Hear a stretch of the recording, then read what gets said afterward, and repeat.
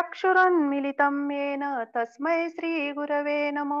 श्रीचैतन्यमनोभीष्टं स्थापितं येन भूतले स्वयं रूपं कदा मह्यं ददाति स्वपदान्तिकं।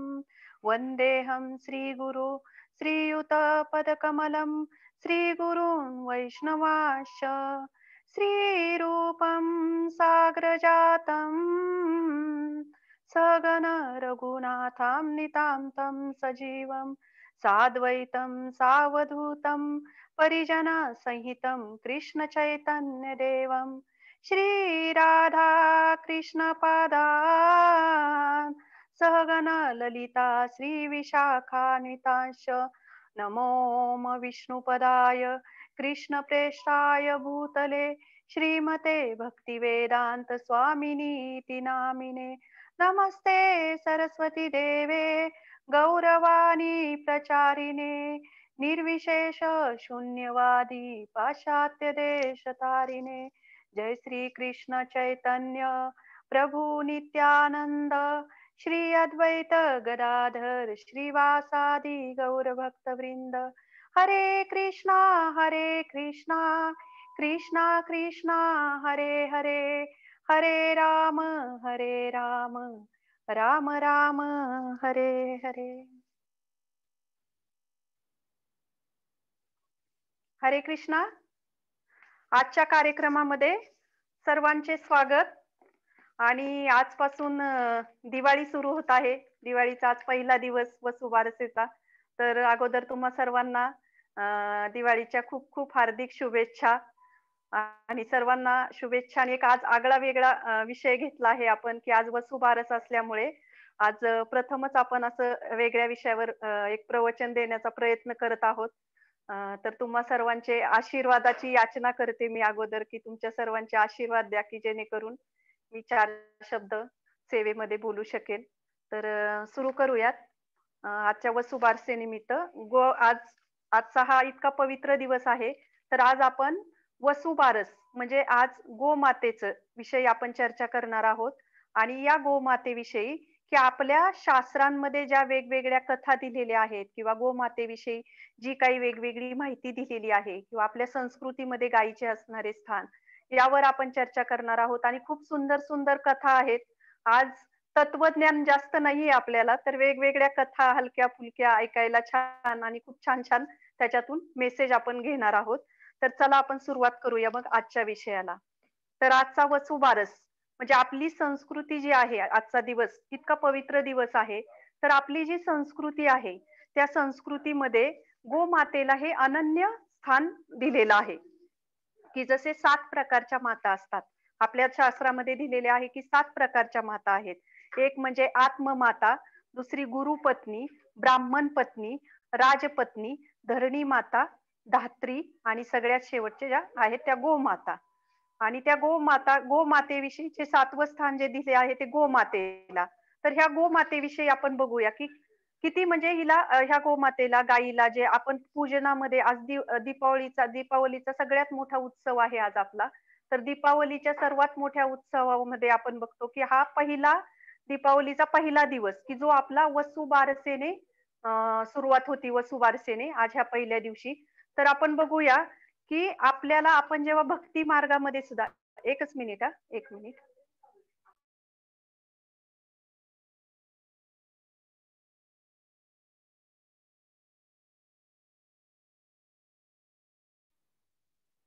सॉरी थोडं डिस्टर्ब। तर आपण बघू शकतो की की जेव्हा आपण भक्ती करतो किंवा भक्ती मार्गामध्ये येतो तेव्हा मनन आणि नमन, जसं मन आहे मनाच्या पुढे जर आपण न जोडला की त्याचे मनन होते। आणि नमन मनाच्या अलीकडे परत एक न जोडला तर त्याचे नमन होते। तर मनन आणि नमन ह्या दोन्ही गोष्टी आपल्या भक्तीसाठी किती महत्वाच्या आहेत।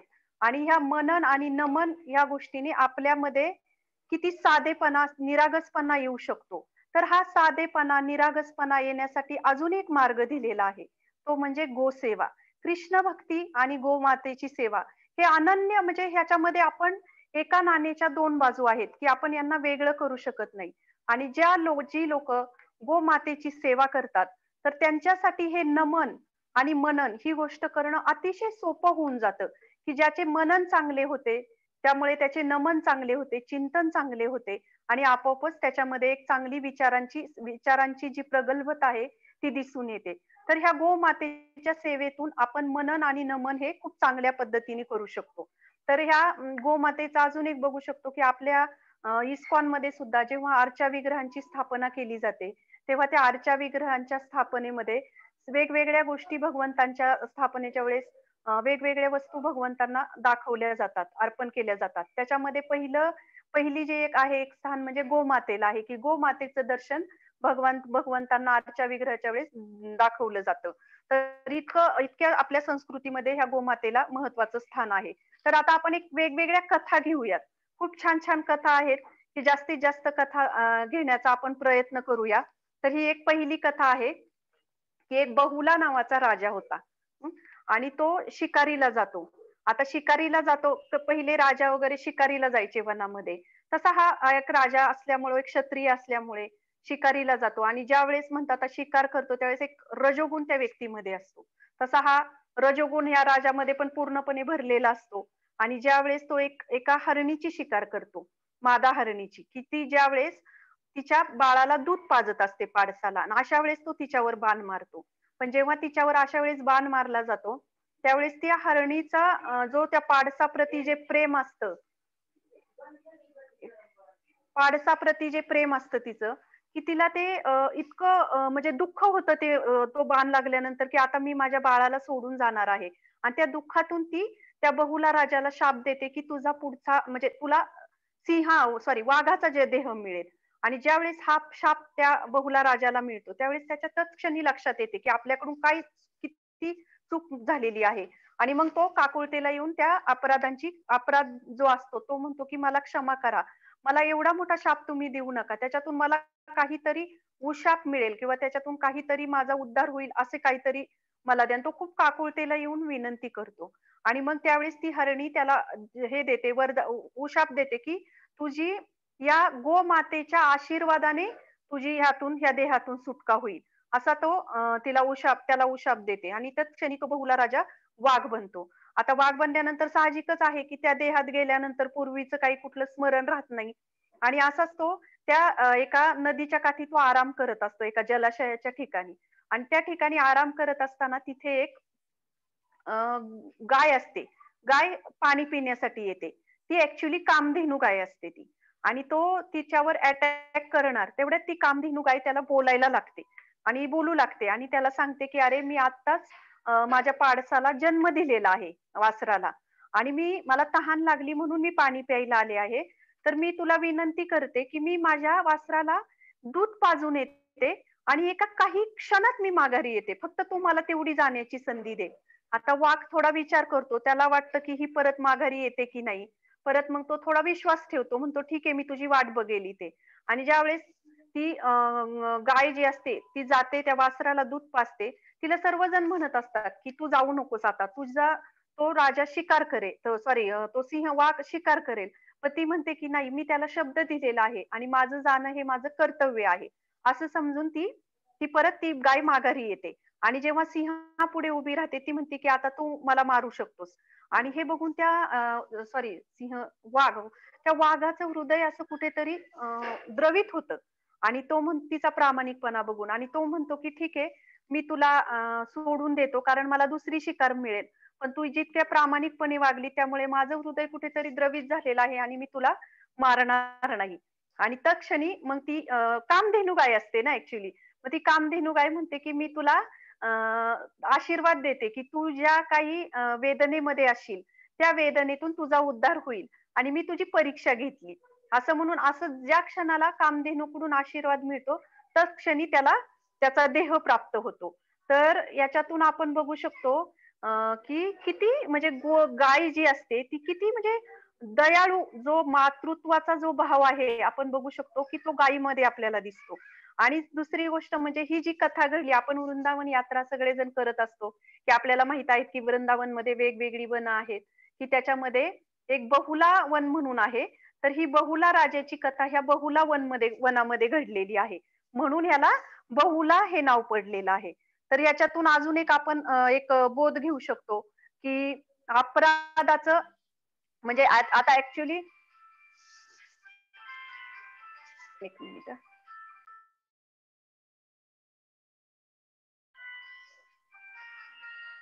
तर ह्या गोष्टी ज्या आहेत, की गोमातेने त्यांना लगेच ते आशीर्वाद दिला आणि ती कृपा प्रदान केली. तर गोमातेचा हा आशीर्वाद आपल्यासाठी किती आवश्यक असतो. म्हणजे ह्या जर गोमातेचा आपल्या आयुष्यामध्ये जर आशीर्वाद मिळाला, तर कितीतरी गोष्टी आपल्या आयुष्यामध्ये चांगल्या शुभ होऊन जातात. तर अशीच एक आपण अजून एक स्टोरी बघणार आहोत, की एक खूप छान जसं की आपण बघू शकतो, की एक गौतम ऋषी म्हणून एक ऋषी होऊन गेलेले आणि एक जबल ऋषी म्हणून. मला वाटतंय तुम्ही ती स्टोरी ऐकली पण असेल, पण खूप छान कथा आहे म्हणून मी परत एकदा शेअर करते सगळ्यांसाठी. तर ते जबल ऋषी जे असतात, तर ते एक छोटा मुलगा असतो ॲक्चुअली आणि त्यांच्या आईचं नाव असतं सत्यकामा. तर ही सत्यकामा जी असते, ज्यावेळेस ह्या जबल ऋषींना अगदी छोटा मुलगा असतात. हा छोटा मुलगा गौतम ऋषींच्या आश्रमामध्ये जातो आणि त्यांना विनंती करतो गौतम ऋषींना, की मला ज्ञान प्रदान करा. तर आता गौतम ऋषी म्हणतात, की तुझ्या पित्याचं नाव मला तू सांग अगोदर. तर ते म्हणतात, "मला माहित नाही." मग म्हणे, "तुझ्या आईला विचारून ये तू." मग ते आईकडे येतात. आई सांगते, की "ॲक्चुअली मी खूप घरी सेवा केलेली आहे, त्यामुळे मी तुझ्या पित्याचं नाव तुला सांगू शकत नाही." मग तो मुलगा परत गौतम ऋषींकडे येतो आणि सांगतो, की "माझ्या पित्याचं नाव मला पण मी पण सांगू शकत नाही आणि आई पण नाही सांगू शकत." मग गौतम ऋषी खूप आनंदित होतात. ते म्हणतात, की "तू खरा ब्राह्मण आहेस. तू मला हे प्रामाणिकपणे सांगितले. कारण जन्माने ब्राह्मण असून उपयोग नाही. तर त्याचं वचन हे सत्य वचन पाहिजे आणि त्यामुळे तू खरा ब्राह्मण आहेस म्हणून मी तुला नक्की ज्ञान देईन." आता पहिली एक पद्धत होती, की गुरुकुलामध्ये जाऊन ज्ञान घ्यायची. तर तसं जसं ते गुरुकुलामध्ये गेल्यानंतर पहिले एक असं होतं, की तुळशी महाराणींची सेवा गुरुकुलामधील मुलांना अगोदर दिली जायची. आणि त्याच्यानंतर सगळ्यात ही महत्त्वाची म्हणजे गोपालन, की गोसेवा दिली जायची. तसं गौतम ऋषी म्हणतात, की "मी तुला 400 गाया देतो." तर ह्या 400 गायांच्या 1000 गायी बैल जेव्हा होतील, म्हणजे 1000 त्यांची जी संख्या होईल, तेव्हा तू माझ्याकडे घेऊन ये त्यांना आणि तोपर्यंत तू यांचा सांभाळ कर. मग आता तुम्ही विचार करा, की 400 गाया आणि त्या 400 गायांचा 1000 गाया व्हायच्या म्हटल्यावर त्याला भरपूर काळ लागणार होता. आणि असे पण काही नाही, की हा मुलगा खूप मोठा होता.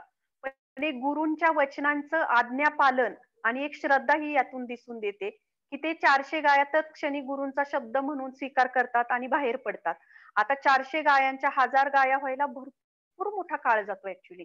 आणि मग एक काही काळ गेल्यानंतर त्यांच्या 1000 गाया होतात, की ज्याच्यामध्ये आपण बघू शकतो, की हे पण होतात. त्याच्यात बैल वगैरे, वासरू, गायी सगळेच असतात. आणि मग 1000 गायी झाल्यानंतर एक काळ गेल्यानंतर जेव्हा ते परत मग गुरूंकडे माघारी यायला निघतात, की जेणेकरून त्यांचं वचन त्यांनी पूर्ण केलेलं असतं. पण त्यांनी त्यावेळेस आहे ना, इतकी सेवा केलेली असती गोमातेची. अगदी तन, मन, धन सर्वस्व अर्पून त्यांनी त्या गोमातेची सेवा केलेली असती. आणि त्यामुळे काय होतं, की ते जेव्हा येत असतात, तर त्यांचं कसं एका रात्री आता एवढ्या मोठ्या गायी वगैरे असायच्या. त्यामुळे ते एक दिवसभर प्रवास करायचे आणि एका रात्री एका झाडाखाली थांबायचे. तर एक दिवस ते एका रात्री एका झाडाखाली थांबतात. तर एक दिवस तिथे काय होतं, की मग त्या बैलाच्या शरीरात वायू देवता येतात. आणि ते त्यांना आध्यात्मिक आशीर्वाद देतात. म्हणजे वेदांचं ज्ञान त्यांच्या हृदयामध्ये प्रदान करतात, की ब्रह्मण्ण ही प्रकाशवान असा आशीर्वाद त्यांना देतात. मग पुढे दुसऱ्या दिवशी दुसऱ्या रात्री एका झाडाखाली अग्निदेव येतात. अग्निदेव पण त्यांना एक वेदांचं ज्ञान देऊन जातात आणि तिसऱ्या दिवशी ते एका जलाशयापाशी थांबलेले असतात. तर जलाशयापाशी थांबलेले असताना तिथं ब्रह्मदेव जे आहेत ते हंसाच्या रूपाने येतात आणि वरून हे जलचर पक्ष्यांच्या रूपाने येतात आणि त्यांना ब्रह्मण्ण ही अनंतवान हा आशीर्वाद देऊन जातात. तर आपण बघू शकतो, की जेव्हा ते ह्यांना सगळ्या देवी-देवतांनी जेव्हा हे आशीर्वाद दिले, तेव्हा त्यांच्यामध्ये ना एक तेज निर्माण झालं. तेजस्वी ते दिसायला लागले आणि त्या तेजामुळे ते तेजस्वी दिसायला लागले ते त्यांच्या ॲक्चुअली ते लक्षात येत नाही. पण जेव्हा ते गुरूंकडे येतात, गौतम ऋषींकडे अगदी आनंदाने, की "मी तुमच्या शब्दांचं पालन केलेलं आहे. तुम्ही मला आता ज्ञान द्या." गौतम ऋषी म्हणतात, की "तू इतका तेजस्वी दिसत आहे. तुझ्या तेजावरूनच समजत आहे, की तुला सर्व प्रकारचं ज्ञान मिळालेलं आहे. मी आता काय ज्ञान देऊ?" तर ते म्हणतात, की "नाही, नाही. जोपर्यंत गुरूंकडून मला ज्ञान प्राप्त होत नाही तोपर्यंत माझं ज्ञान हे अपूर्ण आहे. त्यामुळे मला कोणीही ज्ञान देऊ दे, पण तुम्ही ज्ञान देणं माझ्यासाठी खूप महत्वाचं आहे. त्यामुळं मी तुम्हाला एक नम्र विनंती करतो, की तुम्ही मला ज्ञान प्रदान करा. आणि त्यांची ती नम्रता बघून गौतम ऋषी खूप आनंदित होतात आणि त्यांना ज्ञान देतात. तर याच्यातून आपण एक गोष्ट शिकू शकतो, की ती महत्वाची गोष्ट आहे, की आपण ज्ञान घेण्यासाठी ऍक्च्युली गुरूंच्या मागे जातो, की आम्हाला ज्ञान द्या, ज्ञान द्या. ते पण आपण किती नम्रतेने गुरूंना आपण सांगतो, तेव्हा आपल्याला ते ज्ञान मिळते. आणि इथे बघू शकतो, की गोमातेची सेवा केल्यामुळे साक्षात देवी देवता स्वतःहून जबल ऋषींना ते ज्ञान दिलेलं आहे त्यांनी. त्यांच्या हृदयामध्ये ते ज्ञान प्रदान केलेलं आहे. आणि दुसरी गोष्ट म्हणजे, की जी गोमातेची जी सेवा करून जी नम्रता येते, ते आपोआपच ते ब्लेसिंग्स मिळतात भगवंतांचे. की ती जी नम्रता होती त्यांच्या हृदयामध्ये, की ती अजून वाढली. असे नाही की आता बघा तुम्हाला 400च होत्या, तुम्हाला 1000 नाही करता आल्या, मी 1000 करू शकलो किंवा तो अंधार सॉरी ॲक्चुअली 1 मिनिट बोलताना बॅकग्राऊंडचा काही आवाज येतोय का माझा? कुणी सांगू शकतं का?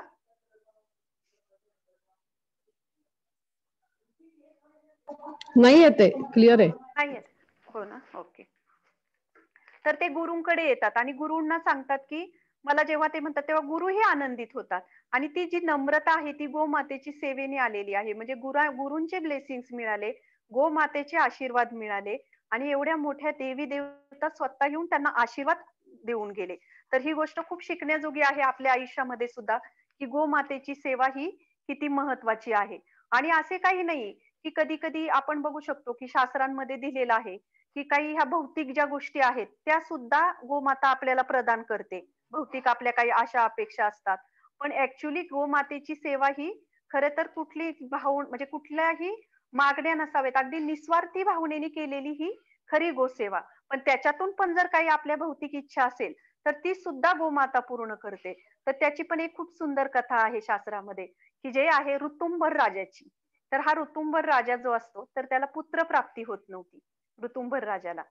तर तो ऋतुंभर राजा पुत्र प्राप्ती होत नसल्यामुळे तो कोणाकडे येतो? जबल ऋषींकडे येतो. आता आपण बघू शकतो, की जबल ऋषींचं आयुष्य आपण बघितलेलं आहे, की जी व्यक्ती ज्या तत्वांवर जगली आहे, ज्या तत्वांवर तिचं जीवन चाललेलं आहे, घडलेलं आहे, साहजिकच ती दुसऱ्याला पण तोच उपदेश करणार. आणि जबल ऋषींचं आयुष्य आपण बघितलंय, की गोमातेची सेवा करूनच घडलेलं आहे. आणि मग जबल ऋषी पण त्यांना एक हे सांगतात, व्रत सांगतात पती-पत्नीला, की ते सांगतात, की 21 ते 28 दिवस तुम्ही गोमातेची सेवा करायची. आणि इतकी सेवा करायची, इतकी सेवा करायची, पर्सनली सगळ्या गोष्टी गोमातेच्या करायच्या.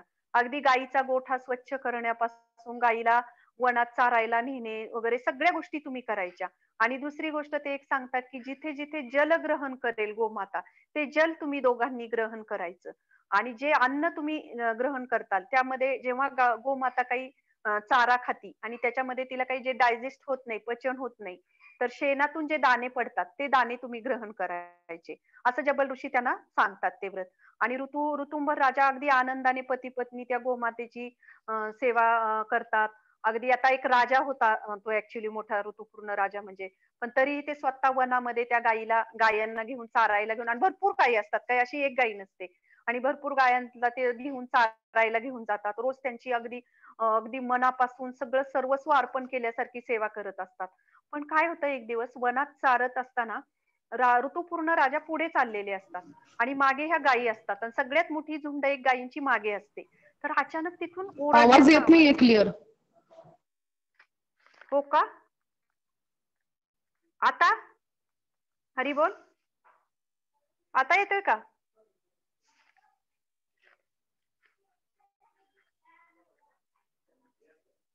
हरी बोल. आवाज येतोय का माताजी? हा येतोय येतोय, आता येतोय. येतोय ना. आणि तिथे त्या गायीवर एक सिंह अटॅक करतो आणि ती गायी त्याच्यामध्ये मृत्युमुखी पडते. जेव्हा ऋतुंभर राजाच्या लक्षात येते हे, तेव्हा त्याच्या लक्षात येतं की आपल्याकडून गोहत्येचं पातक झालेलं आहे आपल्याला. आणि मग ते इतके दुःखी होतात आणि दुःखी अंतकरणाने परत ते त्यांच्या गुरूंकडे येतात, जबल ऋषींकडे. आणि जबल ऋषींना प्रार्थना करतात की ह्याच्यातून माझा आता उद्धार करा. जबल ऋषी म्हणतात की आता ह्याच्यामध्ये माझ्याकडे कुठलंच उपाय नाहीये. गो हत्येपासून मुक्त होण्यासाठी कुठलाही उपचार माझ्याकडे तुम्हाला देण्यासाठी नाहीये.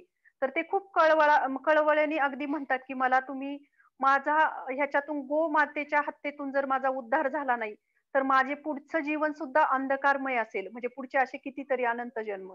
मग ते म्हणतात, की मी तुम्हाला एक ऋतुपूर्ण ऋषी आहेत. म्हणजे हा ऋतुंभर राजा आणि दुसरे जे आहेत ते ऋतुपूर्ण ऋषी. तर ते सांगतात, की तुम्ही ऋतुपूर्ण ऋषींकडे जा आणि ते तुम्हाला नक्कीच ह्याच्यातून काहीतरी मार्ग दाखवतील. मग हे ऋतुपूर्ण ऋषींकडे येतात. आता ऋतुपूर्ण ऋषी काय त्यांना सांगतात, की ते सांगतात, की मी तुम्हाला एक उपाय देतो, की राम आणि कृष्ण हे 2 नाम तुम्ही घ्या आणि ते 2 नाम घेत घेत गोमातेची सेवा करा. पण एक लक्षात ठेवा, जेव्हा तुम्ही गोमातेची सेवा करताल, त्यावेळेस तुम्ही ह्या 2 नामांकडे पूर्ण ध्यान केंद्रित करायचं आहे तुमचं. तुमची भावना, चेतना सगळी या राम आणि कृष्ण ह्या नामावर केंद्रित करायची आहे. आणि त्या पद्धतीने ऋतुंभर राजा अगदी त्या पद्धतीने राम कृष्ण, राम कृष्ण, राम कृष्ण याचा जप करत करत गोमातेची सेवा करतात.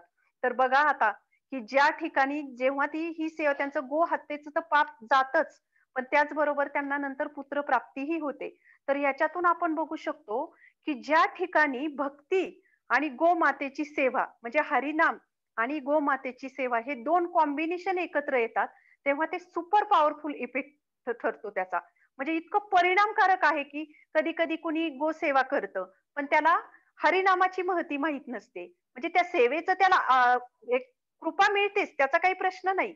पण जेव्हा दोन्ही गोष्टी एकत्र येतात, भक्ती आणि सेवा, गोसेवा, तर ह्या किती कृपादायी आहेत आपल्या आध्यात्मिक मार्गामध्ये. तर ही गोष्ट आपण याच्यातून शिकू शकतो, की जसे प्रभू रामचंद्रांचं सुद्धा आपण बघू शकतो, की प्रभू रामचंद्र सुद्धा एकदा वनवासाला निघालेले असतात आणि एक ब्राह्मण त्यांच्याकडे काहीतरी दान द्या म्हणून मागायला येतो. आणि ज्यावेळेस प्रभू रामचंद्रांच्या हातात एक काठी असती आणि ते शरयूच्या किनारी उभे असतात आणि ते त्याला सांगतात ही काठी त्या ब्राह्मणाला आणि म्हणतात, "तू टाक. जितक्या लांबपर्यंत जाईल तितक्या मधल्या गायी तुझ्या." असे म्हणून प्रभू रामचंद्र त्यांना देतात.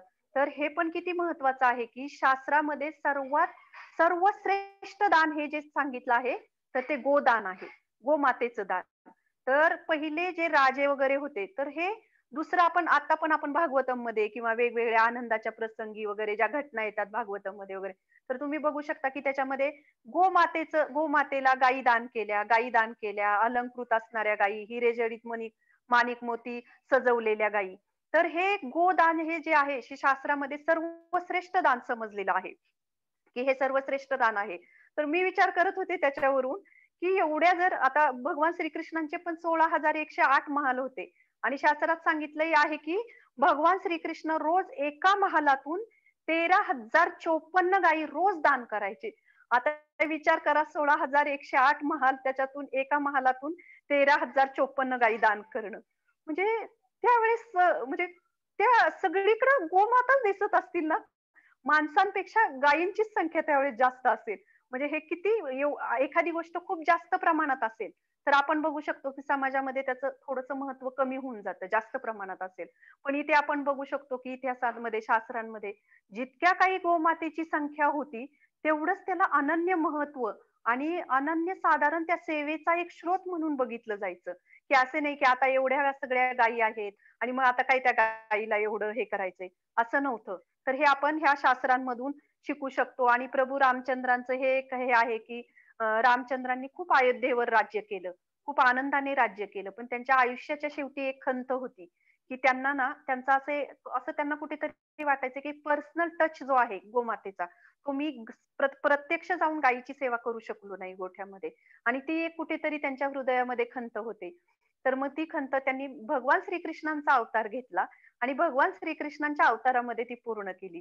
म्हणून आपण बघू शकतो, की भगवान श्रीकृष्णांच्या धामाला सुद्धा गोलोक धाम म्हटलं जातं, की जिथे गायींची सेवा केली जाते आणि जिथे गायींची सेवा केली जाते. भगवान श्रीकृष्णांनी सुद्धा किती वेगवेगळी नावं धारण केलेली आहेत, की गोलोक त्यांच्या धामाला गोलोक म्हटलं जातं. गोवर्धन म्हणजे गायींचा वर्धन करणारे म्हणजे गायींना आनंद प्रदान करणारे. गोपीनाथ, गोपी म्हणजे गायींच्या पालन करणाऱ्या गोपी आणि त्यांचे हे नाथ गोपीनाथ. गुरी गोवर्धन अशी किती अनंत नावे आहेत, की जे आपण बघू शकतो, की गोपाल आहे. गोपाल म्हणजे गायींचं पालन करणारे गोपाल अशी वेगवेगळी नावं आपण बघू शकतो, की भगवान श्रीकृष्णांनी स्वतः धारण केलेली आहेत त्या गोमातेच्या नावावरून. मग ह्याच्यावरून आपण बघू शकतो, की ही गोमाता ही भगवंतांना किती प्रिय आहे. आणि ह्या गोमातेची जर आपण सेवा केली तर नक्कीच आपल्याला त्याच्यातून कृपा मिळेल आणि भगवान श्रीकृष्ण किती आनंदित होतील. म्हणजे भगवंतांना जर आनंदित करायचं असेल तर ही गोमातेची सेवा. आणि जसे की आपण नेहमी बघतो की एखादं पूजा असेल, घरामध्ये सत्यनारायण असेल, तर आपण नेहमी एक शेणानी रांगोळी काढतो बघा. ते सॉरी शेणानी सारवतो, गाईच्या शेणानी आणि नंतर त्याच्यावर रांगोळी काढतो. तर आपण हे शेण का गाईचं हे शेणाचीच का काढतो? तर एक खूप छान लीला घडलेली समुद्र मंथन लीलेच्या वेळेस, की समुद्र मंथन जे झालं त्यावेळेस आपण बघितलं की वेगवेगळी रत्न बाहेर पडतात. त्याच्यामध्ये ऐरावत असेल, उच्छेव असेल, सगळी अशी वेगवेगळी रत्न बाहेर पडल्यानंतर सुरभी बाहेर पडते, सुरभी गाय. आणि सुरभी गाय बाहेर पडल्यानंतर सगळे देवी-देवता इतके आनंदित होऊन जातात आणि सुरभी मातेला विनंती करतात, की तिच्या शरीरामध्ये आम्हाला स्थान द्या. तर मग प्रत्येक जण जो तो ज्याची त्याची जागा फिक्स करतो गोमातेच्या शरीरामध्ये. तर आपण नेहमी म्हणून बघतो ना आपण, की जेव्हा आपण काही असं अपवित्र असेल किंवा एखाद्या संस्कारावरून म्हणजे अंत्यविधी किंवा काय असेल त्याच्यावरून जेव्हा येतो, तेव्हा आपण गोमातेला स्पर्श करतो. तर आपण म्हणतो ना, की गोमातेच्या शरीरामध्ये सगळ्या देवी-देवता बसलेल्या आहेत. तर ह्या समुद्र मंथन लीलेच्या वेळेस ह्या सगळ्या देवी-देवतांनी हे सुरभीकडे एक वरदान म्हणून एक स्थान स्वीकारलेलं आहे प्रत्येक ठिकाणी गोमातेच्या. तर जेव्हा सगळ्यात शेवटी आता हे स्थान सगळ्यांचे फिक्स होतात. सगळ्यात शेवटी कोण येते? लक्ष्मी येते. आता लक्ष्मी जेव्हा येते, तेव्हा लक्ष्मी आल्यानंतर तिच्या सुरभीच्या ह्याच्यामध्ये स्थानच नसतं. जागाच नसते सुरभीला, लक्ष्मीला देण्यासाठी. लक्ष्मी खूप विनंती करते. पण नंतर गोमाता म्हणते, की सुरभी म्हणते, मी म्हणजे एकतर ऑलरेडी जागा सगळ्या बुक आहेत आणि त्याच्यातून मी तुला देणारच नाहीये. कारण तू चंचल प्रवृत्तीची आहेस. हं. तू एका जागेवर स्थिर नाहीयेस. त्यामुळे मी तुला स्थान देणार नाही.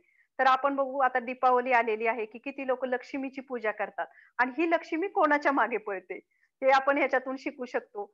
आणि मग नंतर लक्ष्मी खूपच काकुळतीला येऊन विनंती करते आणि मग लक्ष्मीच्या तोंडातून एक शब्द जातो, की मला असं तुमच्या शरीरामध्ये असं जघन्य स्थान द्या. पण जेव्हा हा शब्द लक्ष्मीच्या तोंडातून जातो, तेव्हा लक्ष्मीच्या लक्षात येतं, की आपण काय बोलून गेलो. मग लक्ष्मी क्षमा याचना करायला लागते, की नाही, नाही माझ्याकडून चूक झाली. म्हणजे ती विचार करते, की गोमाता ही इथून-तिथून पवित्र आहे आणि जगन्य म्हणजे अपवित्र स्थान कुठलं असू शकतं गोमातेच्या शरीरामध्ये. मग सुरभीला अजून राग येतो. सुरभी म्हणते, "आता तर मी तुला स्थान देणारच नाही." पण मग नंतर मात्र लक्ष्मीची जी काकुळता बघून मग सुरभी माता एक दयाळू आहे ना, एक वात्सल्य भाव आहे गोमातेमध्ये. मग ती म्हणते, की "ठीक आहे, आता माझ्या शरीरामध्ये स्थान नाही, पण माझ्या शेणामध्ये मी तुला स्थान देईल, माझ्या पार्श्वभागामध्ये." आणि मग त्या लक्ष्मीला शेणामध्ये स्थान मिळतं. म्हणून आपण बघू शकतो, की आपण जेव्हा गाईचं शेणाने सारवतो, मग त्याच्यावर अंघोळी घालतो. तर आपण हे गोष्ट याच्यातून एक किती शिकू शकतो. आता सुद्धा आपण बघू, की गोमातेचं म्हणजे जे गाईचा जो पृष्ठभाग आहे, मागचा जो भाग आहे, तर तिथून येणाऱ्या सगळ्याच गोष्टी उपयोगी आहेत, की आता आपण बघू शकतो वेगवेगळी जी औषधं असतात किंवा धूप असतो, दीप असतो, जे उदबत्ती असतात, कितीतरी प्रॉडक्ट आहेत व्यवसायासाठी वापरणारे. ते सगळे तिच्या पाठीमागच्या भागातून येतात आणि ह्या पाठीमागच्या भागातूनच जो काही व्यवसाय चालतो आता आपण बघू शकतो, तो सुद्धा तिथूनच प्राप्त होतोय, की तिचं गोमूत्र असेल, शेण असेल. तर हे तेवढंच प्रूफ होत आहे, की खरोखरच लक्ष्मीचा वास तिथे आहे आणि लक्ष्मी खरोखर त्या मार्गाने आपल्याला तिथून प्राप्त होते. तर म्हणून हे सुद्धा आपण बघू शकतो, की आपण गोमातेची सेवा करतो, म्हणजे एक प्रकारे लक्ष्मीची सुद्धा आपल्याकडून सेवा घडते, की जी लक्ष्मी याच्या पाकिटातून त्याच्या पाकिटात, त्याच्या पाकिटातून ह्याच्या पाकिटात कधी स्थिर नसते. पण तीच लक्ष्मी आज विनंती करून गोमातेच्या शरीरात तिने कुठेतरी एक स्थान मिळवलं आहे अढळ तिच्यासाठी. तर त्या गोमातेची सेवा करून आपण लक्ष्मीची सुद्धा कृपा प्राप्त करू शकतो. तर ह्या दीपावलीच्या शुभ मुहूर्तावर नक्कीच आपण ही गोष्ट शिकण्यायोग्य आपल्या जीवनामध्ये एक छान लेसन त्याच्यातून घेऊ शकतो. आणि हे एक जसं पूर्वीच्या काळी वेगवेगळे व्रत होते स्त्रियांसाठी, तर हे खूप ऐकण्याजोगं आहे, खरं ऐकण्यायोग्य आहे, की स्त्रियांना एक गायीशी संदर्भात एक पुण्यव्रत म्हटलं जातं त्याला. तर ते पुण्यव्रत आहे. तर ॲक्चुअली त्याची मागची कथा अशी असते, की जेव्हा इंद्र जो आहे आणि इंद्रांचं आणि अप्सरांचं नृत्य चाललेलं असतं स्वर्गामध्ये आणि जेव्हा ते नृत्य चालू असतं, तेव्हा ते इतकं रंगात येतं आणि त्या रंगात येत असताना मध्येच मृदंग फुटतो आता मृदंग म्हणजे आपल्याला पण माहित आहे की कीर्तन करताना आपल्याला मृदंग कसा त्या तालावर ठेक्यावर नृत्य करायला लावतो, म्हणजे तो किती महत्वाचा पार्ट आहे त्याच्यामध्ये. मग इंद्र म्हणतो की हा मृदंग असा कसा फुटला, की असा मला मृदंग पाहिजे की जो परत फुटणार नाही कधी. मग ते त्याला सांगितलं जातं इंद्राला की अशा स्त्रीची चामडीचा उपयोग कर की जिने कधी पुण्यव्रत केलेलं नाहीये ते. आता पुण्यव्रत केलेलं नाही ते खूप शोध घेतात. आता तुम्हाला एक धक्का बसेल हे ऐकून, की ही स्त्री कोण आहे? की जिची आपण पूजा करतो आपल्या म्हणजे आपल्या मंदिरामध्ये. की ती म्हणजे सुभद्रा महाराणी. म्हणजे जी साक्षात भगवान श्रीकृष्णांची बहीण. आणि जेव्हा भगवंतांना ही गोष्ट समजते, भगवंत असे पळत, पळत, पळत, पळत जातात सुभद्राकडं आणि एकदम असे धापा टाकत एकदम सुभद्राला म्हणतात, सुभद्रा, तू तू तू गोमातेची सेवा करत नाहीयेस, तू गोमातेची सेवा करत नाही. सुभद्रा महाराणी म्हणतात, नाही, मी नाही करत सेवा. म्हणजे का? माझा भाऊ भगवान श्रीकृष्ण आहे म्हणे. माझा भाऊ बलराम आहे आणि कृष्ण बलराम असताना मी का कोणाची सेवा करू? भगवंत म्हणतात, नाही, नाही, तू असं करू नकोस. तू कोणाची सेवा करू नको, पण तू गोमातेची सेवा कर. त्यांना भीती वाटत असते, की आता इंद्राचे सैनिक येतील इथे. म्हणून ते स्वतः भगवान श्रीकृष्ण गायीचं शेण घेतात आणि एक गायीचं शेण घेऊन एक मोठी गाय काढतात. त्या मोठ्या गायीमध्ये एक छोटी गाय काढतात आणि पहिली गाय जी असती, पहिली मोठी गाय, त्याच्यामध्ये 33 कमळांनी तिचा शृंगार करतात. दुसरी जी गाय असती तिची 5 कमळांनी शृंगार करतात आणि त्या त्या शेणानी सारवलेल्या त्या गायीच्या ह्याला चारी बाजूनी 4 असे 4 दरवाजे काढले जातात. असं ते व्रत असतं. ते सगळं व्रत स्वतः भगवान श्रीकृष्ण ते शेण आणून सारवून सुभद्रा महाराणीच्या हातून ते करून घेतात.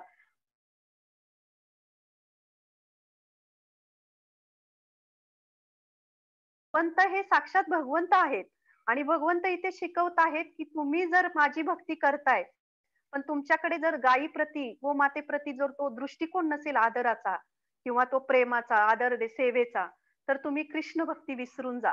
त्यामुळे स्वतः भगवान श्रीकृष्ण सुद्धा ह्या कथेतून आपल्याला खूप छान लेसन देत आहेत, की गोमातेची सेवा ही किती महत्वाची आहे, की जे स्वतःच्या साक्षात सुभद्रा महाराणीला, बहिणीला हे व्रत शिकवत आहेत. तर हे आपण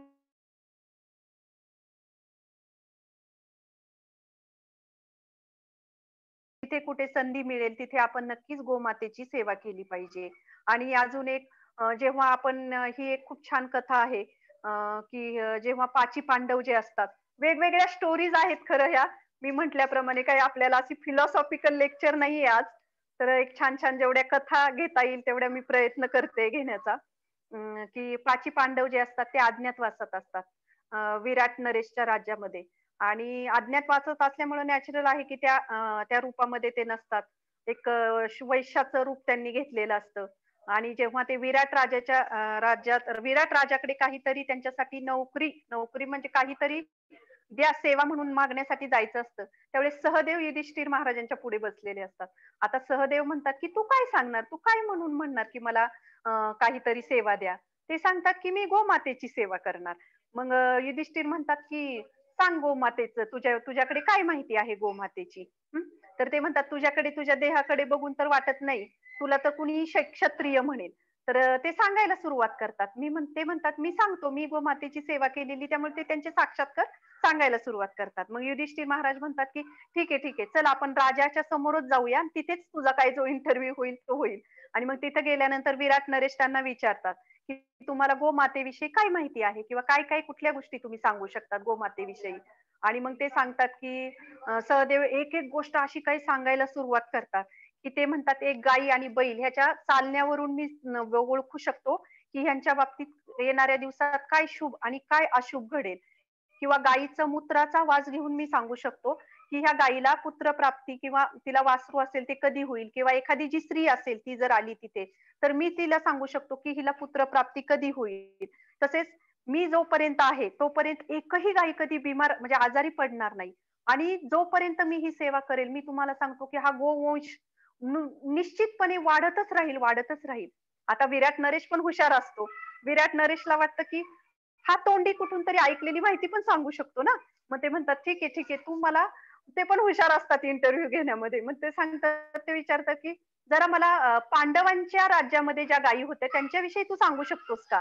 किंवा ह्यांनी ते सांगितलं असेल, की मी तिथे आधी गायींची सेवा केलेली आहे म्हणून असे. मग ते सांगतात, की त्यांचे 3 ग्रुप होते पांडवांच्या गायींचे.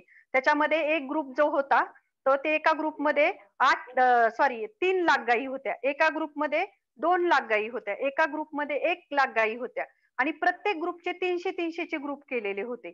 असं ते त्यांना सांगतात.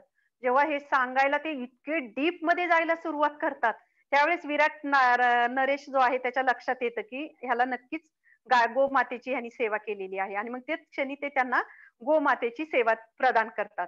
तर ह्याच्यातून आपण बघू शकतो, की जेव्हा हे कौरव शोधत असतात, की अज्ञातवासात पांडव कुठे गेलेले आहेत आणि जेव्हा त्यांना भीष्मदेव हे सगळी चर्चा करत असतात, त्यावेळेस ते त्यांना सांगतात, की ज्या राज्यामध्ये गोमातेची सुरक्षितता हे प्रधान वाक्य आहे, ज्या ठिकाणी गोवंश हा वाढतच चाललेला आहे आणि ज्या ठिकाणी एका वर्षामध्ये एकही गायी आजारी पडलेली नाही, त्या ठिकाणी पांडव निश्चितपणे वास करत असणार आहेत.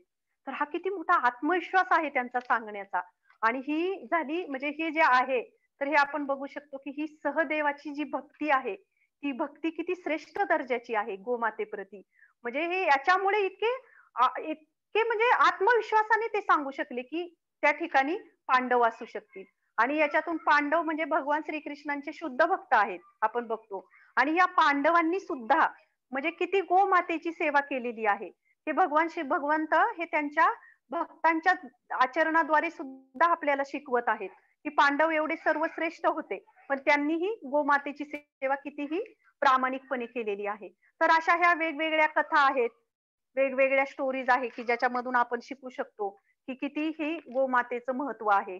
की जसे आपल्याला ती स्टोरी सगळ्यांनाच माहीत असेल, पण तरी मी थोडक्यात एक सांगण्याचा प्रयत्न करते, की हे राजा दिलीप जे आहेत, रघुवंशातले, तर ते काही काळ स्वर्गामध्ये गेलेले असतात देवी देवतांना युद्धामध्ये मदत करण्यासाठी.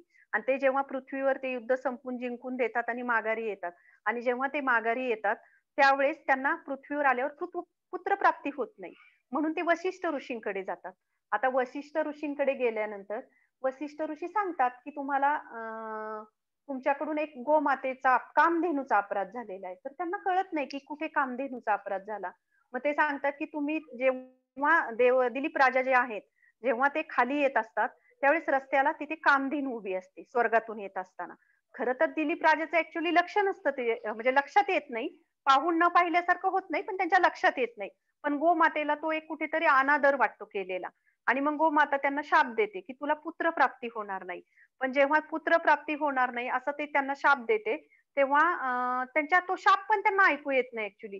तिथे स्वर्गामध्ये असं जरा म्युझिक, संगीत, नृत्य चालू असतं आणि त्या आवाजामध्ये त्यांच्या ते लक्षात येत नाही. मग ते म्हणतात आता ह्याच्यासाठी काय केलं पाहिजे? तर वसिष्ठ ऋषी सांगतात, की ती जी कामधेनू आहे, तिची मुलगी आहे एक नंदिनी आणि ती नंदिनी माझ्याकडे आहे. तर त्या नंदिनीची सेवा तू कर. म्हणजे तुला नक्कीच पुत्रप्राप्ती होईल. मग दिलीप राजा जे आहेत ते खूप प्रामाणिकपणे अगदी सर्वस्व अर्पून ती सेवा करतात. तर ही जी कथा आहे ना, या कथेतून आपण काय शिकू शकतो? की म्हणजे खूप छान एक इसेन्स दिलेला आहे या दिलीप राजाच्या ह्या कथेतून, की जेव्हा हा दिलीप राजा एका गोमातेला घेऊन चरण्यासाठी घेऊन जातो आणि एका देवदार वृक्षापाशी तिथे येतो आणि तिथे एक सिंह येतो. आता तो सिंह येतो, तर तो जेव्हा तो गायीवर अटॅक करणार, तेव्हा दिलीप राजा म्हणतात, की "तू त्या गोमातेची हत्या करू नकोस. तू मारू नकोस तिला. तू वाटलंस तर मला मार." तर ते म्हणतात नाही, ते आधी अगोदर विनंती करतात, की "तिला मारू नको." पण तो सिंह असतो तो म्हणतो, की "मी पार्वतीचा भक्त आहे. शिवजींचा भक्त आहे मी आणि मला असा वर आहे, की ह्या वनाचं रक्षण करणे आणि जो ह्या झाडापाशी येईल, ह्या देवदार वृक्षापाशी येईल, त्याचा मी वध करणार." पण मग दिलीप राजा म्हणतात, "ठीक आहे, तुम्ही शिवजींचे, पार्वतीचे भक्त आहात, तर आम्ही पण त्यांचे भक्त आहोत. आम्ही सुद्धा शिवजींच्या आणि पार्वतीच्या भक्तांचा आदर करतो. पण ह्या गोमातेला तुम्ही खाऊ नका." की ते म्हणतात, की मला स्वतः तुम्ही मला मारलं तरी चालेल, पण गोमातेला मारू नका. तर सिंह म्हणतो, की "नाही, कारण तू एक राजा आहेस. तू लक्षात घे, की तुझी जेव्हा हत्या होईल, तेव्हा किती मोठं नुकसान होणार आहे. कारण तू एका राज्याचा राजा आहेस. तुझ्यावर किती मोठी जबाबदारी आहे." पण दिलीप राजा म्हणतो, की "नाही, मी असं करू शकत नाही. जोपर्यंत मी आहे तोपर्यंत ह्या गायीचं पालन आणि संरक्षण करणं हे माझं कर्तव्य आहे." असं म्हणून दिलीप राजा गोमातेच्या पुढे सिंहापुढे झोपतो आणि म्हणतो, की "तू माझा वध करू शकतो." आणि मग हे बघून तो सिंह जो असतो तो ऍक्च्युअली कामधेनू गाय असते. आणि मग ती त्या रूपात येते आणि ती म्हणते, की "राजा, मी तुझ्यावर प्रसन्न आहे. तू या परीक्षेत उत्तीर्ण झाला आहेस" म्हणे. आणि मग ती त्याला वरदान देते, पुत्र प्राप्ती होईल. आणि त्याच दिलीप राजाला आपण बघू शकतो की रघु नावाचा पुत्र प्राप्त झाला, ज्याचं नाव रघु ठेवलं. त्याच रघु वंशामध्ये पुढे प्रभू रामचंद्रांनी जन्म घेतला, अवतीर्ण झाले. तर याच्यातून आपण काय शिकू शकतो, की पूर्वीचे जे राजे वगैरे होते, की आता आपल्याला एक गोसेवा करायची म्हटलं तर आपल्याला काय हो असं किती करावं लागतं, की स्वतःचा थोडासा वेळ किंवा जिथे शक्य आहे तिथे आपण लक्ष्मी देऊ शकतो गोमातेची सेवा करून. पण इथे जे पहिले राजे वगैरे बघतो, भगवंतांचे जे भक्त होते, ते सर्वस्व अर्पण करत होते. एका गायीच्या संरक्षणासाठी ह्या राजाने स्वतःचा मृत्यू स्वीकारला. म्हणजे ही किती मोठी गोष्ट आहे शिकण्यायोग्य, की आता आपण म्हणू शकतो, की आता आपण कशा पद्धतीने ह्या गोमातेची सेवा करू शकतो किंवा आपल्याला किती लिमिटेशन्स आहेत. पण आपण संधी शोधली वेगवेगळ्या, तर आपण कितीतरी संधी आहेत, की त्याच्यातून आपण गोमातेची सेवा करू शकतो. हे आपण पुढील काही गोष्टींमध्ये आपण नक्कीच विचार करूया ह्याचा. आणि हीच जी नंदिनी गाय असते, ती आपण बघितली, की वसिष्ठ ऋषींच्या आश्रमामध्ये असते. ही स्टोरी सगळ्यांनाच माहीत असेल, की जिथे ते वसिष्ठ ऋषींच्या आश्रमामध्ये ती सेवा करत असतात नंदिनी गायीची. आणि तिथे कौशिक राजा जो येतो, की त्याचा वनामध्ये भरपूर सैनिक वगैरे असतात त्याच्याबरोबर. त्याला तहान वगैरे लागती, भूक लागती. मग तो वशिष्ठ ऋषींच्या आश्रमामध्ये येतो आणि वशिष्ठ ऋषींना विनंती करतो, की माझं सैनिक खूप तहानलेलं आहे, त्यांना भूक लागलेली आहे. काही व्यवस्था होऊ शकते का? आता वशिष्ठ ऋषींकडे नंदिनी गाय, ती कामधेनूच गाय असते. कामधेनू गायीचीच मुलगी असते ती पण. मग ते तिला सांगतात आणि मग त्याच्यातून त्या हजारो सैनिकांची ती व्यवस्था करतात. आणि सगळे सैनिक इतके भुकेलेले असतात आणि हा राजा जो असतो कौस्तुभ, हा विचार करतो, की ह्याच्याकडे एवढे काही वेळातच एवढा स्वयंपाक यांनी कसा केला असेल? की जसं एखाद्या गोष्टीची आपल्याकडे जबाबदारी दिली, तर आपल्याबरोबर जे असतात त्यांना आपण देतो हे, पण पुढे होऊन आपल्याला काही गोष्टी कराव्या लागतात. की फॉर एक्झाम्पल आपल्या मंदिरामध्ये वेगवेगळे फेस्टिव्हल असतात, त्याच्या वेगवेगळ्या सेवा असतात. जसे डेकोरेशन आहे, किचन टीम आहे, अजून भरपूर काही गोष्टी असतात. आणि जेव्हा जिथे जो जाईल तिथे त्याची ती नजर बनते, की जसं आता आपल्या मंदिरामध्ये पवित्र लीला माताजी डेकोरेशन सेवा बघतात. ज्या ठिकाणी त्या जातील आणि तिथे काही वेगळं दिसलं, तर त्या नक्कीच विचार करतील, की हे कशा पद्धतीने केलं असेल. म्हणजे प्रत्येकाची एक नजर असते सांगण्याचं इंटेन्शन काय. तसा हा राजा एक मॅनेजमेंट करत असतो ना. राजा विचार करतो, की यांनी तू एवढं सैनिकाची व्यवस्था कशी काय केली? तो काही जेवत नाही. तो विचार करत राहतो आणि मग रात्री सगळे सैनिक झोपल्यानंतर तो त्यांच्याकडे जातो आणि त्यांना विचारतो, की तुम्ही ही एका क्षणात ही व्यवस्था कशी करू शकला? म्हणजे त्याला असं वाटतं, की आपल्या राज्यामध्ये पण आपण असं काही करू शकतो का? तर वसिष्ठ ऋषी सांगतात, ब्राह्मण आहेत, प्रामाणिकपणे सांगतात, की माझ्याकडे अशी-अशी गाय आहे. ती गाय मला सगळं प्रदान करते. आता राजाला तो मोह होतो, कौशिक राजाला थोडासा. तो दुसऱ्या दिवशी विनंती करतो, की ती गाय मला द्या. वसिष्ठ ऋषी म्हणतात, की नाही, मी ती गाय नाही देऊ शकत. कारण ती गाय मला खूप गरजेची आहे. म्हणजे त्यांचा काही त्या गायीप्रती लोभ असतो असे नाही. पण त्या गायीपासून त्यांना एक जे तूप वगैरे मिळत असतं, ते म्हणतात, की ती धर्मपालनासाठी आहे ती गायी. माझ्या स्वतःच्या मोहासाठी नाही, मला माझं धर्मपालन तिच्यापासून होतं. तर आता हे जे कौशिक राजा असतो, तो बघतो की हे काही द्यायला तयार होत नाही. तो 2-4 सैनिकांना सांगतो, गायी ओढून घ्यायला लावतो. आता ही नंदिनी गाय असते बघा, आता इथे कशी गंमत आहे, की वसिष्ठ ऋषींकडे पण ती शक्ती आहे. गायीला आज्ञा देऊन तिचं संरक्षण करा आणि गायीकडे पण ती शक्ती आहे. पण ती गाय म्हणत असते, की तुमच्याकडे ती शक्ती आहे, तुम्ही मला सांगा, की मला सैनिक तयार करायला. मी तयार करते सैनिक. आणि नंदिनी गायीकडे पण ती शक्ती आहे, पण ती जोपर्यंत आज्ञा येत नाही, तोपर्यंत ती करत नाहीये. आणि वसिष्ठ ऋषी "अहो, अहो गायी निघू नका." "अहो" हा शब्द त्याच्या कानापर्यंत पण जात नाहीये. कारण त्यांना ती भाषा समजत नाहीये. पण शेवटी नंदिनी गाय विनंती करते, की "तुम्ही असे करू नका. तुम्ही सांगा, मला आज्ञा द्या." तर ह्याच्यातून बघतो, की आपण ही किती कुठल्या स्तरावरची नम्रता आहे, की हे पण म्हणत नाही, ते पण तिच्यात शक्ती आहे, तरी पण ती पण करत नाहीये. आणि मग शेवटी वसिष्ठ ऋषींच्या लक्षात येतं, कारण गायी खूप काकुळतीला येते नंदिनी. आणि मग नंतर वसिष्ठ ऋषी सांगतात, की "तू सैनिक निर्माण कर." मग गायी तिच्या शरीरात म्हणजे कानातून हजारो सैनिक निर्माण करते आणि त्या कौशिक राजाचा सैन्यांचा वध करते. आता ही पुढची स्टोरी वेगळी आहे, की जो कौशिक राजा जो आहे, की त्याला पुढे जाऊन हे येतं, की त्याला वाटतं, की माझ्याकडे एवढी शक्ती आहे, संपत्ती आहे, सत्ता आहे, सामर्थ्य आहे. याच्या जोरावर सुद्धा एका ब्राह्मणाने मला हरवलं. हं. म्हणून ते हे करतात, की मी पुढे जाऊन ब्राह्मण बनेल. तर हे आपण ही एक वेगळी कथा आहे पुढे, की हाच कौशिक राजा पुढे विश्वामित्र म्हणून बनतात. तर त्याच्यामध्ये आपल्याला काही जायचं नाही. तर मला सांगण्याचं इंटेन्शन असं, की गोमातेच्या सेवेने किती शक्ती, किती पॉवर आपल्याकडे येऊ शकते.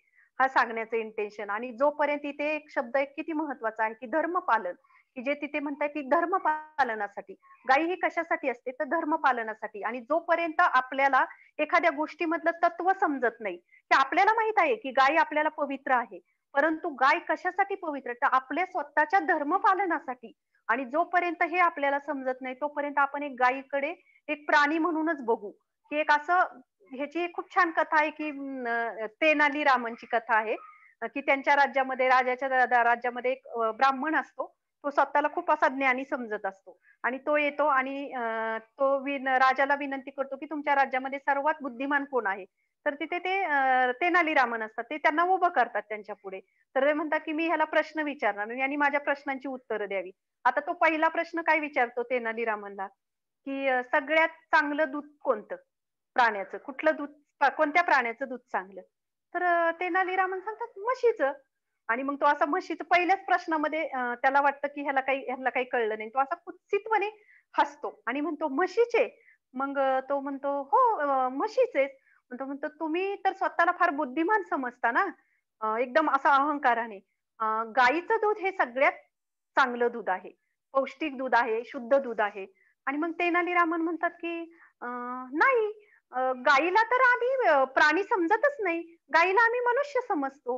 हां, माणूस म्हणूनच आम्ही मनुष्य म्हणूनच तिची हे करतो. तिला प्राण्यांमध्ये आम्ही गणना करतच नाही. त्यामुळे आम्हाला गायी ही कन्सेप्टच माहित नाही तुमची अशी. म्हणजे सांगण्याचा उद्देश काय, की जोपर्यंत आपल्याला सुद्धा आपल्या संस्कृतीमध्ये गायी जी कशासाठी असते आपल्या जीवनामध्ये, हे तत्व आपल्याला जोपर्यंत कळत नाही, तोपर्यंत आपली गोमातेविषयीचा दृष्टिकोन बदलणार नाही. की आणि आपण हे पण बघू शकतो, की गायीच्या डोळ्यामध्ये तुम्ही बघा, मी सुद्धा आमच्या गावाला वगैरे गेले, की आमच्याकडे पण एक देशी गाय आहे, की मी स्वतः अनुभव घेतलेले आहेत, की ह्या गायीच्या नजरेमध्ये किती कारुण्य आणि दयाभाव असतो. आणि सगळ्यात महत्त्वाचं जे प्रेम असतं तिच्या वासराप्रती, एक मातृत्वाचा भाव आपल्याला नेहमी गायीमध्ये दिसतो, की जसे तृषार्थ प्रतीकमध्ये सुद्धा अ, राधानाथ महाराजांची, परमपूज्य राधानाथ महाराजांची खूप छान त्यांनी एक त्यांचा अनुभव सांगितलेला आहे. की जेव्हा ते दिल्लीला येतात आणि त्यांच्यापुढे ती जी प्लेट दिली जाते, तर त्या प्लेटमध्ये मांस असतं आणि ते त्यांच्या लक्षात येत नाही. आणि जेव्हा तिथे एक गाय असते आणि ती गाय येऊन त्यांचे पाय चाटायला सुरुवात करते, गाय येऊन. तर गाय येऊन जेव्हा पाय चाटतात त्यावेळेस ते बघतात, की त्या गायीच्या नजरेमध्ये जो वात्सल्य भाव आहे, कारुण्य भाव आहे. महाराज सांगतात, की ते माझ्या लक्षात येतं त्या प्लेटमध्ये काय आहे. आणि त्या गायीकडे बघून कुठेतरी माझ्या हृदयाला खूप असं आतून एक प्रेमाची भावना निर्माण होते. तर असे कितीतरी अनुभव आपल्याला महाराजांचे आपण ह्याच्यातून बघू शकतो, की महाराजांनी जसं गायींची सेवा काही वर्ष न्यू जर्सीमध्ये केलेली होती. आणि आता सुद्धा आपण वाडामध्ये बघू शकतो, की अशी गोशाळा तिथे बांधलेली आहे, की सर्वात उच्च प्रतीची गोशाळा आहे तिथे. आणि खूप छान पद्धतीने तिथे गोपालन केलं जातं. तर हे महाराजांचे वेगवेगळे जे हे आहेत, वेगवेगळे मोठमोठे प्रोजेक्ट त्याच्यामध्ये सुद्धा ह्या गोमातेला किती अनन्यसाधारण महत्त्व दिलेलं आहे. आणि दुसरी गोष्ट म्हणजे प्रभुपादांचं पण एक छान आहे, की न्यू वृंदावनमध्ये प्रभुपाद असायचे. आणि प्रभुपाद पण आपल्याला नेहमी सांगतात, की 1 एकर जमीन आणि 1 दुभती गाय एवढं जरी आपल्याला असेल, तरी आपण जीवन खूप आनंदाने जगू शकतो. न्यू वृंदावनमध्ये सुद्धा प्रभुपाद रोज सकाळी तिथे एका कालिया नावाची गाय असते ती. आणि त्या गायीचं रोज प्रभुपाद एक इतकं आनंदाने दूध प्यायचे त्या गायीचं. तर प्रभुपाद सुद्धा त्यांच्या जीवनामध्ये कितीतरी ठिकाणी आपण बघतो, की गोसेवेला, गोमातेला किती महत्त्व दिलं गेलेलं आहे. आणि दुसरी गोष्ट म्हणजे आपण काय शिकू शकतो ह्याच्यातून? गायीकडून काय शिकू शकतो? तर एक आदर, वात्सल्य, मातृत्वाचा जो भाव आहे, तर तो आपण नक्की शिकू शकतो. आणि अजून एक की आपल्याला असं वाटू शकतं आताच्या काळामध्ये की आता आपण बघतो की आता हे कोविडचा काळ आहे, की कितीतरी जे औषधं आहेत, कितीतरी नाही, जवळपास सगळीच औषधं जी आहेत, तर ते सगळे गोमातेच्या प्रॉडक्ट म्हणजे गोमूत्र, शेण असेल, त्याच्यापासून ते बनवलेले आहेत. तर आपण म्हणू शकतो की आत्ताच्या ह्या तुम्ही सगळं सांगितलं हो, पण आम्ही कुठून गायीची सेवा करणार? हं? कुठून आम्ही पालन करणार किंवा कुठून आम्ही. तर नक्कीच हा विचार करण्याची गोष्ट आहे. पण ह्याच्यातून आपण जर छोट्या-छोट्या गोष्टी जरी घेतल्या, की जिथे आपल्याला आपली लक्ष्मी देता येईल, की असं कधी-कधी होतं, की एखाद्याला स्वतः पर्सनली सेवा नाही करता येत, पण तिथे जाऊन आपण लक्ष्मी देऊ शकतो आपली गोमातेच्या सेवेमध्ये. जर एखाद्याकडून धन पण आहे आणि सेवा पण घडते साक्षात गोमातेची, तर ते तर खूपच म्हणजे ब्लेसिंगफुल आहे, की भगवंतांचे आशीर्वाद. पण ते जर नसेल शक्य, शेवटी आपली प्रामाणिक भावना पण महत्वाची आहे. तर तुम्ही गोमातेची जिथे सेवा होते तिथे तुमची लक्ष्मी देऊ शकता. आणि दुसरी गोष्ट म्हणजे हे जे गोमातेचे प्रॉडक्ट आहेत वेगवेगळे, तर ते प्रॉडक्ट जर आपण वापरले आपल्या रोजच्या जीवनामध्ये वेगवेगळे, तर त्याच्यापासून सुद्धा आपण गोमातेचं एक प्रकारे संरक्षण करत आहोत. कारण ते जे प्रॉडक्ट जेव्हा आपण वापरू, तेव्हा आपोआपच ह्या गोष्टींना व्हॅल्यू प्राप्त होईल. कुठेतरी गोमातेला एक आदर म्हणजे एक सुरक्षितता प्रदान केली जाऊ शकेल, की आत्ताच्या समाजामध्ये बघू शकतो आपण, की गोमातेचे सगळ्यात जास्त म्हणजे हे जर होत असेल ना, तर गोमातेवर. तर हे खरंच हृदयाला द्रवित करणारी गोष्ट आहे. तर आपण जिथे-जिथे आपल्याला शक्य आहे, तिथं गोमातेचे प्रॉडक्ट वापरले जावेत. असं पण काही नाही, की आपण मुंबई, पुण्यामध्ये राहतो अशा ठिकाणी, की आपल्याला एक ग्रामीण भाग आहे आपल्या इकडला, की आपण कुठेतरी गावाला जातो, कुठेतरी गोमातेचं दर्शन होतं, की जिथे आपल्याला कुठे कोपऱ्यावर कधी काय पण आणि हे एक सगळ्यात महत्त्वाचं, की आपण खराब असलेलं गाईला कधी खायला घालू नये. ताजं जे आहे ते नेहमी गाईला खायला जे चारा असेल, जे काही असेल ते ताजं दिलं जावं. आणि दुसरी गोष्ट म्हणजे की आपली आपली जी संस्कृती आहे, की जी आता आपली मुलं आहेत, ते खूप छान मला ह्यावरून आता एक आठवलं. मला वाटतं हे नंददुलाल प्रभूजींनी बहुतेक सांगितलेलं असावं. त्यांना एक कुटुंब भेटलं होतं मुंबईमध्ये. तर ते सांगत होते, की आमची जी गाय आहे, म्हणजे ते गावाकडले त्यांचे कोण असतील ते गावाकडलं कुटुंब होतं ॲक्चुअली. तर ते सांगत होते, की आमचे आजोबा आजारी असले ना, त्यांना कधी ताप आला, की आमच्याकडे एक देशी गाय होती. ती बरोबर तो चारा खाऊन यायची. ते दूध पिले, की आमच्या आजोबांचा ताप जायचा. आमच्या आजोबांना काही दुसरा काही त्रास झाला, की ती बरोबर म्हणजे असं त्या गाईचं दूध पिऊन माझ्या आजोबांचं आयुष्य वाढलं आणि ते नेहमी निरोगी राहिले. तर ह्या ज्या गोष्टी असतात ना, ह्या अनुभवावरून येतात.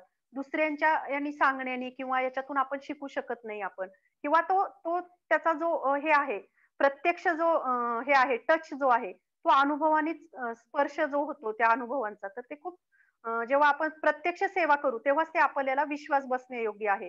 पण ह्या सत्य गोष्टी आहेत, की जसं आपल्या मुलांना सुद्धा आपण एक तो अनुभव दिला पाहिजे, की जसे आता बघतो आपण, की गोमातेचं कुठं दर्शनच होत नाही. उद्या आपली पुढे जाऊन ही मुलं गोमातेला बघितलं तरी म्हणजे ओळखणार नाहीत. अशी परिस्थिती खरोखर शहरांमध्ये आहे, की कुत्र्याच्या जवळ जातील, पण गोमातेच्या जवळ जाणार नाहीत.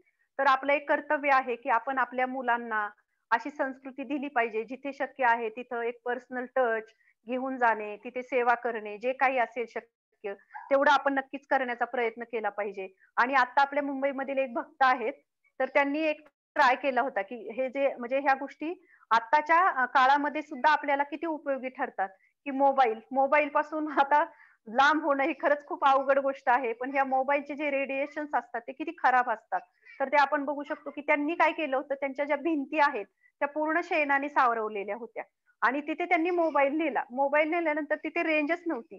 म्हणजे एक लक्षात आलं, की तिथे मोबाईलच्या ज्या रेडिएशन आहेत, त्या अजिबात प्रवेश करत नाहीत. तर हे सुद्धा आपल्याला एक खरंच आताच्या ह्याच्यामध्ये विचार करू शकतो आपण, की ज्याला खरोखर ह्याच्यातून सुरक्षितता पाहिजे असेल, तर तो नक्कीच ह्याच्यामध्ये एक प्रयत्न करू शकतो. आणि आपल्या हातामध्ये आहेत ह्या सगळ्या गोष्टी अ, हे करण्याच्या की आपण जिथे-जिथे शक्य होईल तिथे-तिथे धन, वेळ जे काही असेल ते एक प्रयत्न केला पाहिजे करण्याचा आणि याच्यातून नक्कीच आपल्याला एक शारीरिक, मानसिक, आरोग्यमय आणि आध्यात्मिक या सगळ्याच दृष्टीने आपल्याला गोमातेचे आशीर्वाद मिळतील.